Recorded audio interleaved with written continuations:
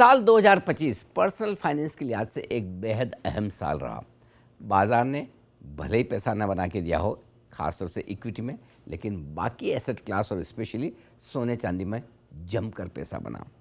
Equity schemes में पैसा आने में कहीं कोई कमी नहीं रही। देश के निवेशकों ने दिल खोलकर और खजाना खोलकर म्यूचुअल फंड्स को पैसा दिया और एफआईज की सेलिंग के सामने भी हमारे लोकल फंड्स ने जमकर मुकाबला किया। 80 लाख करोड़ से पार निकल चुकी है म्यूचुअल फंड इंडस्ट्री और ऐसे में अब बड़ा सवाल है कि ये मुश्किल भरा साल जो अब खत्म होने जा रहा है, जहां कमाना काफ़ी मुश्किल था, कैपिटल बचाना ज़्यादा एक उद्देश्य था, क्या 2026 म्यूचुअल फंड इन्वेस्टर्स के लिए, आपके पूरे पोर्टफोलियो के लिए और आपके पर्सनल फाइनेंस की प्लानिंग के लिहाज से क्या एक बेहतर साल साबित हो सकता है? जी हाँ, इसी पर हम आज अपना विशेष शो करने जा रहे हैं और 3 खास मेहमान हमारे साथ कार्यक्रम में शामिल हो रहे हैं जो देश के 3 बड़े, सबसे बड़े दिग्गज पर्सनल फाइनेंस एक्सपर्ट्स हैं। हमारे साथ हैं इस वक्त फिरोज अजीज साहब, जॉइंट सीईओ आनंद राठी वेल्थ से, पूजा भिंडे सर्टिफाइड फाइनेंशियल प्लानर और पूनम रुंगटा जी सर्टिफाइड फाइनेंशियल प्लानर। आप सबका बहुत बहुत स्वागत है। साल 2026 की शुरुआत हम करने जा रहे हैं। पहले तो आप तीनों को नए साल की बहुत बहुत शुभकामनाएं, बधाइयाँ, आप अपने लिए भी और अपने सारे जितने आपको सुनने देखने वाले, फॉलो करने वाले दर्शक हैं और आपके जितने भी क्लाइंट्स हैं उन सब के लिए सब भर भर के बहुत सारा पैसा बनाए, ये हमारी शुभकामनाएं। लेकिन शुरुआत इसी बात से करता हूँ कि पैसा बनेगा कहाँ, क्योंकि आमतौर पर आप जो अलग अलग एसेट्स में पैसा लगाने की बात करें तो मैं आपसे सीधा स्ट्रेट सवाल ये पूछता हूँ कि 4 एसेट क्लास देता हूँ आपको: इक्विटी, फिक्स इनकम यानी डेट, इसके अलावा गोल्ड सिल्वर और चौथा आपका रियल इस्टेट। तो इस क्रम में आपको बताना है कि 2026 की सबसे ज़्यादा नंबर 1, नंबर 2, नंबर 3, नंबर 4 कहाँ पैसा बनेगा? फिर उससे शुरुआत आप ही कीजिए। अनिल सर, मेरे हिसाब से एक्विटी नंबर वन।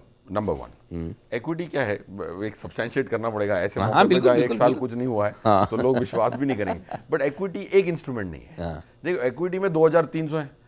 एक्विटी एक मात्र, गोल्ड एक ही है, सिल्वर एक ही है, रियल एस्टेट वैरायटी है, राइट। एक्विटी की जो वैरायटी है ना, वो बहुत डाइवर्जेंट होती है, तो एक्विटी में पैसा बनेगा। अब उसमें रणनीति की ज्यादा जरूरत पड़ती है। अब गोल्ड में रणनीति यही होगी ना यार, एंटर करूं ना करूं, कब बेचूं कब खरीदूं, क्या खेत बेचूं खरीदूं, 22 कैरेट 24 कैरेट और क्या वैरायटी हो गई आप, राइट। सो एक्विटी पैसा बनाएगा, सेंसिबल। जो आप सीख लेके जाएंगे उससे अगर सीख का पालन करेंगे तो एक्विटी में पैसा बनेगा। सेकंड, रियल एस्टेट में भी पैसा बनेगा अगर आप बॉटम अप रियल एस्टेट देखते हो तो। तीसरा मेरे हिसाब से गोल्ड में बनेगा। डेट तो मुझे पसंद है नहीं, बिल्कुल पसंद नहीं, क्योंकि लॉन्ग टर्म इन्वेस्टर की बात कर रहा हूँ मैं, जी, ट्रेडर की बात नहीं कर रहा हूँ। 6-7% ही बनाना तो खर्च कर दें, रख के क्यों स्टोर करें। तो क्या बढ़िया आइडिया है, 6-7 ही बनाना तो खर्च कर ले, ज़्यादा बढ़िया। पूनम जी, आपको क्या लगता है? फर्स्ट ऑफ ऑल आपको भी और सभी को न्यू ईयर की बहुत बहुत शुभकामनाएं and thank you for having us here. तो जैसे आप जो 4 जेनरिक एसेट क्लासेस हैं वही है, चाहे मार्केट चले नहीं चले वही हैं। जैसे फिरोज सर ने कहा, इक्विटी ही एक ऐसा रूट है जिसमें हमें सभी को, स्पेशली लॉन्ग टर्म इन्वेस्टर को बहुत कन्विक्शन है कि लॉन्ग टर्म में पैसा इक्विटी में ही बनेगा जो इन्फ्लेशन को बीट करेगा। और आपके लॉन्ग टर्म गोल्स में अगर आपने इन्फ्लेशन के रेट को सही तरीके से इनकॉर्पोरेट करके उसमें रणनीति सही लगाई तो आपका उसमें पैसा बनेगा। But at the same time हम एक जेनरिक डिस्कशन नहीं कर सकते कि कहाँ पैसा बनेगा। अब इन्वेस्टर की खुद का प्रोफाइल देखना भी बहुत ज़रूरी है कि वो अगले साल में किस प्रोफाइल में है। अगर समझो उसकी प्रोफाइल चेंज हो रही है, वो रिटायरमेंट की तरफ जा रहे हैं, इंडिविजुअली सबकी प्लानिंग अलग अलग, इंडिविजुअल प्लानिंग। हम वो म्यूचुअल फंड प्रोडक्ट की तरह है कि किसी भी एज ग्रुप का हो उसके लिए वही पोर्टफोलियो, तो हम उसी एंगल से ये समझना चाहते हैं कि कौन सी एसेट क्लास पैसा बढ़िया बनाकर दे सकती है सबसे ज़्यादा। So definitely in the same order as Firoz sir said that equity तो है ही, और equity in a way core product है भी। उसमें बहुत सारा कुछ आप सेक्टर्स और लार्ज कैप, मिड कैप सभी तरीके से उसको। नंबर 2 मैं उससे भी आऊँगा, मेरी पूरी प्लानिंग है आगे, large cap, mid cap, small cap, flexi cap, सब आगे सवाल तैयार है। आप पहले के एक बार मुझे एसेट क्लास बताइए, नंबर 2 कौन सा होगा? मुझे नंबर 2 नेचुरली अभी गोल्ड की तरफ, गोल्ड एंड सिल्वर यानी प्रेशियस मेटल्स। ओके। नंबर 3 जो रीट्स के लिए जो चेंजेस आ रहे हैं टैक्सेशन में, रियल एस्टेट में, आई think that can be very progressive अगले साल के लिए। उसमें एक रेवोल्यूशन हम देख सकते हैं, क्योंकि जिस तरह निफ्टी में इंक्लूड करने की बात हो रही है, उसमें जब अगर बाइंग ज़्यादा होगी तो नोशनल वैल्यूज बढ़ेंगी और उसमें पैसा बनेगा। तो रीट्स मुझे लग रहा है नंबर 3 ले सकते हैं। और डेट तो डेट है ही, उसमें तो और कम रिटर्न आने की गुंजाइश है। परफेक्ट। पूजा जी, आपकी preferred choice number 1 to number 4? जी बिल्कुल, thank you so much Anil ji, first of all having us on the show and happy new year सबको। मुझे ऐसे लगता है कि पिछले 1 साल ने इतना तो बता दिया कि इक्विटी ने डेट जितना रिटर्न दिया, हाँ, ठीक है, और गोल्ड सिल्वर ने इक्विटी से को भी बीट करने वाला रिटर्न दिया। तो काफ़ी लोगों ने अपने पोर्टफोलियो में ऑलरेडी बहुत सारा रीबैलेंस कर लिया है। सो अगर हम 2026 को देख रहे हैं, मुझे लगता है कि ये चीज़ तो मुझे भी समझ के चलनी है, या हर इंसान के लिए ये सिद्ध होना चाहिए कि दाल चावल तो इक्विटी ही है। उससे आपको डेली स्टेबल वो तो नहीं जाना है। आपको इक्विटी, आपका दाल चावल जो मेन आपका फूड होना चाहिए, जो घर का खाना हम कहते हैं, वो आप इक्विटी को ही आप उसको कोर रखें, ठीक है। प्रोपोर्शन वाइज आप डिसाइड कर सकते हैं, जैसे सब कह रहे हैं कि आपका goal and all that, but equity obviously 50% मेरे हिसाब से आपके पोर्टफोलियो का इक्विटी में होना चाहिए। मुझे लगता है पहले हम कहते थे 10 से 15% गोल्ड, बट अभी मुझे लगता है गोल्ड एंड सिल्वर दोनों इंट्रोड्यूस हो जाना चाहिए आपके पोर्टफोलियो में। So not only gold, I think silver also. भले ही आप गोल्ड को 10% दे दें, सिल्वर को 5% दे दें, तो 15% दोनों मिला के 15% से 20% तक मुझे लगता है गोल्ड सिल्वर होना चाहिए पोर्टफोलियो में।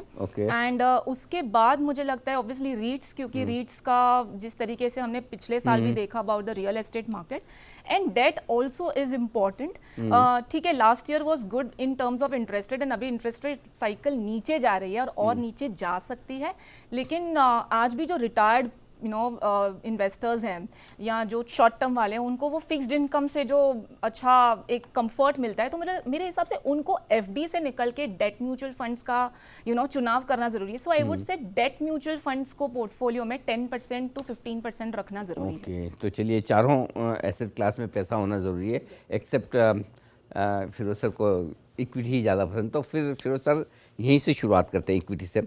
इक्विटी में कौन सी स्कीम्स आपको लगता है जो सबसे बेहतरीन रहेगी 2026 के लिहाज से, right from large cap, mid cap, flexi cap, small cap, whatever? तो आपकी या तो अगर कोई एक चॉइस है तो वो कौन सा हो सकता है, या 1 या 2 3 चॉइस में अगर आप लगना चाहें? करेक्ट। तो आंकड़ों के आधार पर अगर मैं 11 कैटेगरीज को अरेंज करूँ, और 2-3 कैटेगरीज हैं, बट हम 11 पे फोकस करते हैं। करेक्ट। वो 11 में हम ये देखते हैं कि कितनी स्कीमें निफ्टी और NSE 500 को बीट करती हैं, और अगर चेक करती हैं तो कितनी मात्रा में करती हैं। इस आधार पे multi cap beats hands down.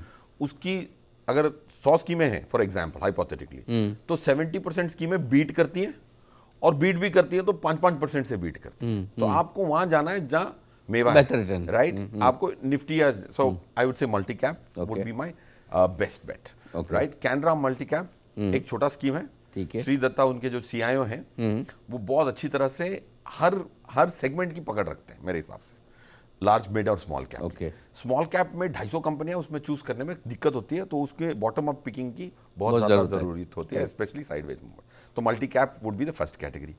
आपको दूसरी अगर कैटेगरी चाहिए तो फ्लेक्सी कैप ही है, राइट। HDFC फ्लेक्सी कैप जो बहुत बड़ी स्कीम है, मैं हमेशा ये सोचता था, मैं कितना गलत था कि भाई इतनी बड़ी स्कीम होने के बाद कोई निफ्टी को बीट नहीं कर पाएगा। चिराग सेतलवाड़ ने चाटा लगा दी मेरे मुंह पे कि यार ये बड़ी स्कीमों से कुछ नहीं होने वाला, राइट। वो मिड कैप में भी वही साबित किया उन्होंने, स्मॉल कैप में साबित किया। वो CIO है ऑफ कोर्स, रुचि जैन ने अभी रिजाइन किया है, Amit Ganatra might be taking over, तो फंड मैनेजर चेंज है, बट आई थिंक क्योंकि जो CIO 20 साल से हैं, इसीलिए मैं उसको अभी भी कंटिन्यू करूंगा। Correct, okay. मल्टी कैप और फ्लेक्सी कैप 2 स्कीम्स ज़्यादा पसंद है। पूजा जी, आपकी पसंद की बताइए। जी बिल्कुल अनिल जी, मेरे लिए भी सबसे पहले, क्योंकि हम देख रहे हैं मिड एंड स्मॉल कैप का फिलहाल जो वैल्यूएशंस बहुत हाई हैं, सो मल्टी कैप में आपको मिनिमम 25% तीनों कैप मिल जाएंगे, लार्ज, मिड, स्मॉल, बराबर। सो डेफिनेटली अगर आप नए निवेशक हैं, अगर आपको SIP स्टेप अप भी करनी है, तो मल्टी कैप को चूज करें आपके पोर्टफोलियो में, जिसमें निपॉन मल्टी कैप है या वाइट ओक मल्टी कैप है, इन दोनों में से किसी का भी आप चुनाव कर सकते हैं। अगेन मेरे लिए flexi cap is also equally important. In fact मैं SIP फिगर्स भी देख रही थी जो एम्फी डेटा के हिसाब से, मंथली जो 30,000 करोड़ की SIP बुक है उसमें से 8,000 करोड़ केवल फ्लेक्सी कैप से आ रहा है, और मिड एंड स्मॉल कैप का इंडिविजुअली 4,000, मतलब उनका मिला के 8,000 करोड़ आ रहा है। सो इन्वेस्टर्स को भी फ्लेक्सी कैप के ऊपर एक काफ़ी ज़्यादा भरोसा है कि ज़्यादातर लार्ज कैप, बट थोड़ा बहुत वो बोलते हैं ना हिंट tinge of mid and small cap.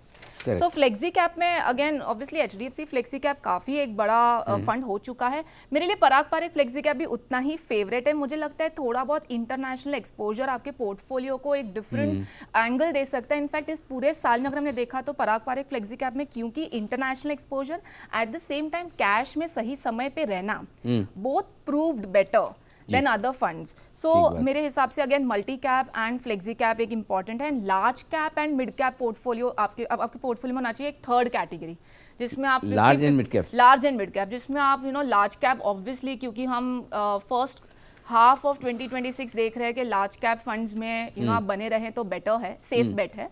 And mid cap also I think next year 2026 में मिड कैप को हम देख सकते हैं अच्छा प्रदर्शन देते हुए। ठीक बात है। So large and mid cap में Invesco large and mid cap मेरे हिसाब से एक बेटर बेट है। लेकिन एक लास्ट पॉइंट यहाँ पे ये भी कहना चाहूंगी अनिल जी कि जो लोगों की ऑलरेडी SIP चल रही है, whether it is large cap, mid cap, small cap, उनको कंटिन्यू करना जरूरी है, क्योंकि वो चीज को स्टॉप करके दूसरा SIP ना वो तो सही बात। ये तो नए इन्वेस्टमेंट के लिए हम बात कर रहे हैं कि 2026 में कहाँ बेहतर हो सकता है। पूनम जी, आपकी चॉइस बताएं इक्विटीज के लिए। सो लाइक एवरीवन, यूनिवर्स में जो फ्लेक्सी कैप का जो फ्लेवर आ गया है, number 1 for me flexi cap, और उसमें मैं पराग पारेख फ्लेक्सी कैप को बहुत प्रेफर्ड मानती हूँ, क्योंकि उसके अंदर लार्ज मिड स्मॉल सब कुछ मिल जाएगा। वो तो है ही, साथ में इंटरनेशनल एक्सपोजर और रीट्स भी इंक्लूडेड है। तो अगर किसी को एक ही निवेश से सारा एक्सपोजर चाहिए तो I think Parag Parekh is the fund, where the fund manager बहुत एक्टिवली कैश कॉल्स भी लेते हैं, और रीट्स में भी, और इंटरनेशनल है ही जो पहले से चला आया है। सो अगर सब कुछ चाहिए, जो आपने 4 एसेट्स की बात की, वो चारों इसमें हमेशा in good allocation as per the markets मिल जाएंगे। मल्टी एसेट के लिए कौन से फंड्स आप बताएंगे? So I would prefer ICICI multi asset fund और maybe DSP multi asset, जिसमें रीट्स अभी से इंक्लूडेड है। सो जिन फंड्स में ऑलरेडी इस साल में ही रीट्स का एक्सपोजर, आई थिंक वो आगे चल के जो 1 जनवरी से नए रूल्स लागू होने वाले हैं और जुलाई में जो निफ्टी में इंक्लूड होने वाला है रीट्स, उसका बेनिफिट्स हैंड्स ऑन मिलेगा जो ऑलरेडी रीट्स में। ओके, अब पूजा जी, डेट फंड पे आपसे राय लेना चाहूँगा। Irrespective of timing, long short, ये वो, एक साल जिस किसी को भी नया पैसा लगाना है डेट फंड में, आइडियली ये मान के चलें कि सबका लॉन्ग टर्म होराइजन हो सकता है, या जो भी है, आपको लगता है कि टाइम और इसके हिसाब से बेस्ट डेट फंड स्कीम्स कौन सी हो सकती है इस साल की? मेरे हिसाब से डेट फंड्स का चुनाव ना टैक्सेशन के हिसाब से एक बार करें ना, तो अगर आप हाई टैक्स ब्रैकेट में आते हैं तो आर्बिट्राज फंड्स, अगर 1 साल के अंदर आपका टाइम होराइजन है तो, और 2 साल तक रुक सकते हैं, तो इनकम प्लस आर्बिट्राज जो कैटेगरी है वो अच्छी साबित होती है इन टर्म्स ऑफ टैक्सेशन अगर हम देखें तो। बाकी अगर आपका टैक्सेशन हाई नहीं है तो आप लो ड्यूरेशन या शॉर्ट टर्म डेट या तो फिर कॉर्पोरेट बॉन्ड्स का चुनाव कर सकते हैं मेरे हिसाब से, 1 to 3 इयर्स के हिसाब से। ओके, तो ये आपके लिए बेस्ट, अगर 1 साल तक का व्यू है कि 2026 में पैसा लगाएं तो फिर आर्बिट्राज बेहतर है, आप तो स्किप करेंगे? शॉर्ट टर्म पैसा होता है, कभी बिल्डरों को पैसा देना होता है, मेरे क्लाइंटों को तो रखता हूँ डेट में। लॉन्ग टर्म पैसे के लिए पाप है, ये मेरा मानना है। तो शॉर्ट टर्म में फिर आप आर्बिट्राज में डालते हैं? शॉर्ट टर्म में अगर आर्बिट्राज में डालता हूँ, अगर आपका लॉन्ग टर्म पैसा छोटी टैक्स ब्रैकेट में है तो मैं तो कहता हूँ FD कराओ। ठीक बात है, क्योंकि वहाँ इंश्योरेंस मिलते हैं। कॉर्पोरेट बॉन्ड लेके, मेरे पास ऑलरेडी मैं छोटी ब्रैकेट में हूँ, वहाँ 50 पैसा एक्स्ट्रा लेके मैं क्यों इतनी मेहनत कर रहा हूँ, specially when there is a guarantee on a commercial bank. I think that वही मैं करता हूँ। लाइफ को सिंपल रखें, डेट फंड रिटेलर के लिए है ही नहीं अगर उसकी टैक्स ब्रैकेट ब्रीच नहीं हो रही, राइट? तो दैट्स वन। और इनकम प्लस आर्बिट्राज, जैसे पूजा मैडम ने कहा, बहुत बेहतरीन विकल्प है। 2 साल का व्यू है, 2 साल का व्यू है तो इतना अच्छा विकल्प है, it's unbelievable. Tax differential, I am sure कभी ना कभी ये भी प्लग हो जाएगा। सेक्शन 50AA आया था तो उसका इंडस्ट्री ने एक जुगाड़, एज यू कॉल इट, निकाला है। तो टिल जब तक चल रहा है हाँ, तब तक बटोरो। ठीक बात है। पूनम जी, आपकी पसंद बताएं। सो अगेन डेट में अभी क्योंकि FD और डेट का टैक्सेशन सेम कर दिया, बेनिफिट्स उठा लिए गए, तो मुझे लगता है जैसे दोनों पूजा जी और फिरोज जी ने बताया वो, plus you can also look at equity savings fund. Equity savings fund, हाँ जी, तो उसमें इक्विटी का कम पोर्शन है, 25% इक्विटी है खाली, और आर्बिट्राज है उसके अंदर। So taxation comes very comfortable as an equity only. तो टैक्सेशन हमें कम रखना है हमारा। कोई स्कीम आप बताएंगे कौन सी पसंद है आपको? सो इक्विटी सेविंग स्कीम्स में मुझे आदित्य बिरला की इक्विटी सेविंग स्कीम्स अच्छी लगती है, और आप कोटक की इक्विटी सेविंग्स फंड्स भी देख सकते कौन सा? हैं। कोटक इक्विटी की, सेविंग्स okay. फंड। सो इनमें मोर देन 65%, क्योंकि आर्बिट्राज इक्विटी की कैटेगरी में आता है, प्लस इक्विटी 25% है, तो उसको 65% उस कैटेगरी में रख के उसका टैक्सेशन बहुत इक्विटी की तरफ करने से बहुत लुभावना हो गया है उसके अंदर। सो मुझे अगर जैसे फिरोज जी ने कहा, मुझे एफडी में इक्विटी करना पसंद नहीं है, बट अगर किसी का 1 या 2 साल का है तो I think this gives a better return. Pooja ji, आपकी कोई पसंद का arbitrage, income plus arbitrage fund अगर आप कोई स्कीम बताना चाहें? आई थिंक उसमें मुझे ऐसे कुछ ये नहीं ये है, बट आप HDFC देख सकते हैं, आप कोटक देख सकते हैं, और आप बंधन देख सकते हैं। डेट फंड्स में मुझे बंधन EMC में भी अच्छा खासा। आइए अब थोड़ा सेक्टोरल फंड्स की तरफ बढ़ते हैं, थीमेटिक फंड्स, क्योंकि जिन लोगों को लगाना है सब अपनी अपनी रिस्क समझते हैं सेक्टोरल फंड्स में पैसा लगाने का। तो कौन से सेक्टोरल फंड्स आपको पसंद है अनिल साहब? मेरे हिसाब से कोई भी एक म्यूचुअल फंड इन्वेस्टर को ऐसा सेक्टर फंड डालना है जिसको निकालने की ज़रूरत इतनी ना पड़े। ओके, जैसे अब IT सेक्टर भाग गया, राइट, थोड़ा सा। सो ऐसे सबसे स्टेबल सेक्टर के बदले थीम में जाओ तो कंजम्पशन के जो 27 फंड हैं उसमें अगर आप कंजम्पशन फंड को चूज करेंगे, वो उसमें आप 2-3 साल तक टिके रह सकते हैं, क्योंकि हर साल आपके 1 साल मैंने तो टैक्स लग जाएगी शॉर्ट टर्म। वो तो मान के चले 2-3 साल, 2-3 साल मिनिमम डालने हैं। तो सेक्टर को चूज करना है तो रोटेशन करने की कम क्षमता होगी। कंजम्पशन के सेक्टर फंड्स हैं, HDFC का कंजम्पशन सेक्टर फंड है, उसको आप चूज कर सकते हैं।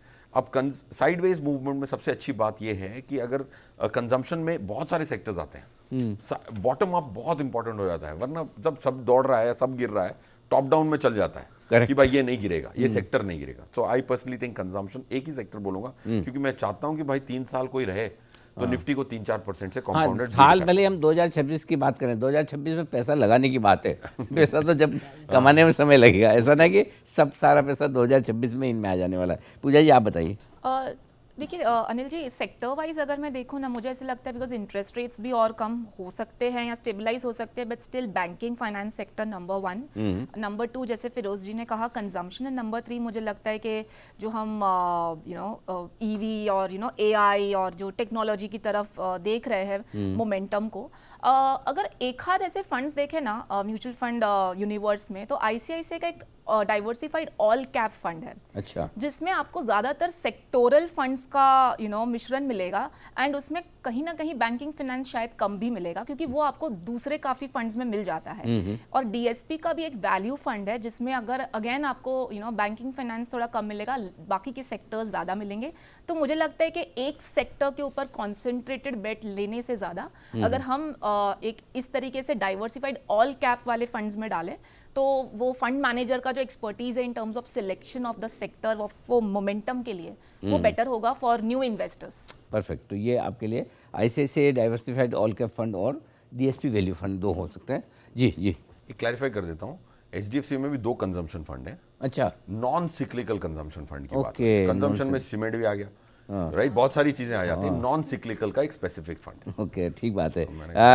पूनम जी आप बताइए आपकी पसंद के thematic funds. So I will go with Firoz in this. मुझे कंजम्पशन सेक्टर सबसे ज़्यादा पसंद है, बिकॉज उसका यूनिवर्स बहुत बड़ा है, उसमें हर तरह के, it's a big broad, very broad, जिसमें आपको ट्रैवल भी आ जाता है, होटल इंडस्ट्री भी आ जाती है, FMCG भी आ जाता है, सभी को इसका इतना बड़ा सेक्टर होने से, और जो इंडिया की कंजम्पशन स्टोरी है, जो हमारी 140 करोड़ जनता है, उसकी कंजम्पशन स्टोरी कंटिन्यूस है। जो न्यू एज जेनजीज और जो नए यंग पीपल हैं, उनकी जो ट्रैवल हिस्ट्री हो रही है या उनका the way they spend money, वो सभी कुछ कंजम्पशन में आता है। तो मुझे लगता है consumption sector for a longer term, यानी आप 3 से 4 साल अगर चलें तो कंजम्पशन इज माय। स्कीम्स आपको पसंद है इसमें? सो अभी जो एक्सिस कंजम्पशन फंड है, I have my conviction on this, क्योंकि ये लॉन्ग टर्म में जिस तरीके से स्टॉक्स फिक्स हो रहे हैं, सो वी कैन गो। अच्छा, अभी आपके लिए मेरे पास 2 सवाल हैं। पहला सवाल तो कि एक स्पेशल फंड आपको कोई बताना है 2026 के लिए आपको लगता है कि मैं अपना पर्सनल पैसा इस फंड में लगाऊंगा, आपकी रिस्क लेने की ताकत, आपका इन्वेस्टमेंट होराइजन कुछ भी हो सकता है, नॉट नेसेसरी वो मेरे साथ मैच करे। मैं खाली आपकी पर्सनल चॉइस जानना चाहता हूँ कि आप किस फंड में पैसा लगाएंगे। और दूसरा फिर ये कि हमारे जो दर्शक हैं, जो पर्सनल फाइनेंस वाले म्यूचुअल फंड वाले दर्शक हैं, उनके लिए क्या कुछ 2026 के गुरु मंत्र या सीख या कोई आप मैसेज देना चाहते हैं? तो पहले शुरुआत एक स्पेशल फंड से करते हैं। अनिल सर, मेरा स्पेशल फंड होगा जो मेरे अभी मॉडल पोर्टफोलियो में ऐड हुआ है, बंधन लार्ज एंड मिड कैप। अच्छा। ऑफ कोर्स मनीष गुनवानी जो निपॉन में थे वो मूव कर चुके हैं।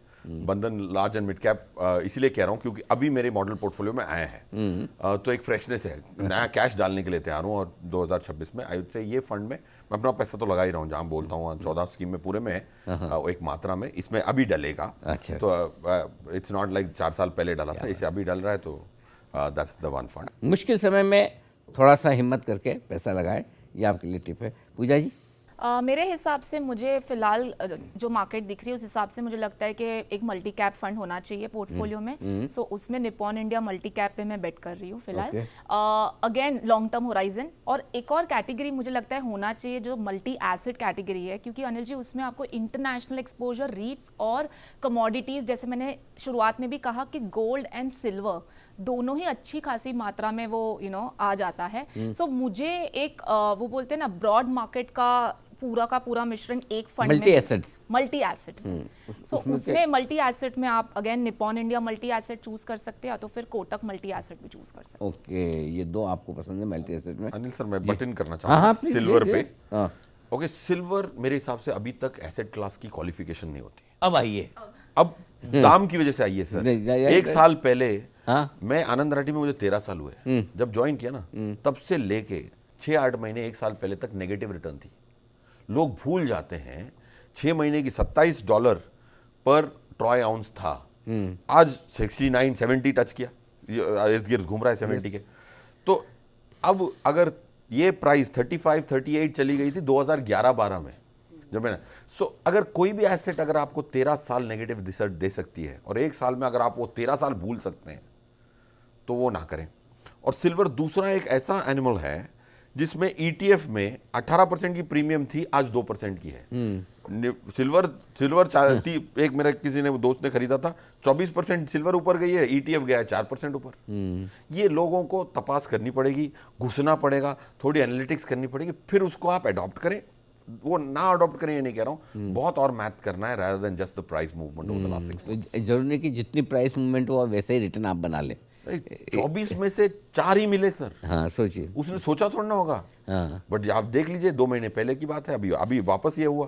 करेक्ट। So, वो देख के फिर उसको एनालाइज करके इन्वेस्ट करें। तो ठीक बात। पूनम जी, आपकी चॉइसेस बताइए।